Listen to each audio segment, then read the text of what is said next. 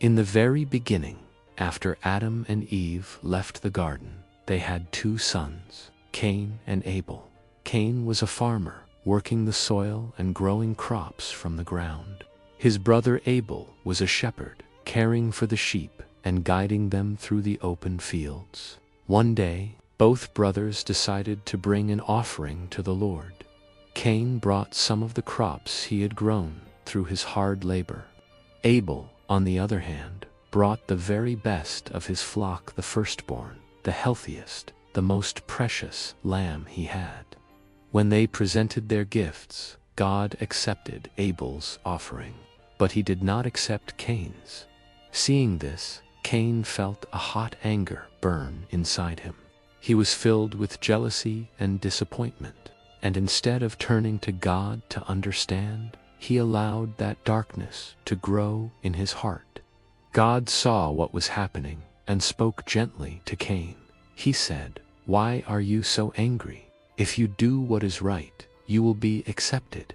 But if you don't, sin is waiting at your door. It wants to control you, but you must rule over it."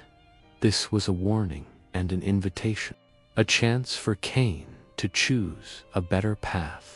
But Cain didn't listen. He pushed the warning aside and invited his brother Abel out to the fields. And there, far from anyone else, Cain let his jealousy win. He rose up against his brother and tragically ended his life. Later, the Lord came to Cain and asked, "Where is your brother, Abel?" Cain replied defiantly, "I don't know. Am I my brother's keeper?" But God knew everything. He said, "What have you done? Your brother's blood cries out to me from the ground." As a consequence of his actions, God told Cain that the ground would no longer produce crops for him, and he would become a restless wanderer on the earth. Cain cried out that this punishment was more than he could bear, afraid that he would be harmed. But even in judgment, God showed mercy. He placed a mark on Cain to protect him, so that no one would kill him. And so Cain left, forever carrying the weight of his choice. This ancient story is a powerful reminder for us today.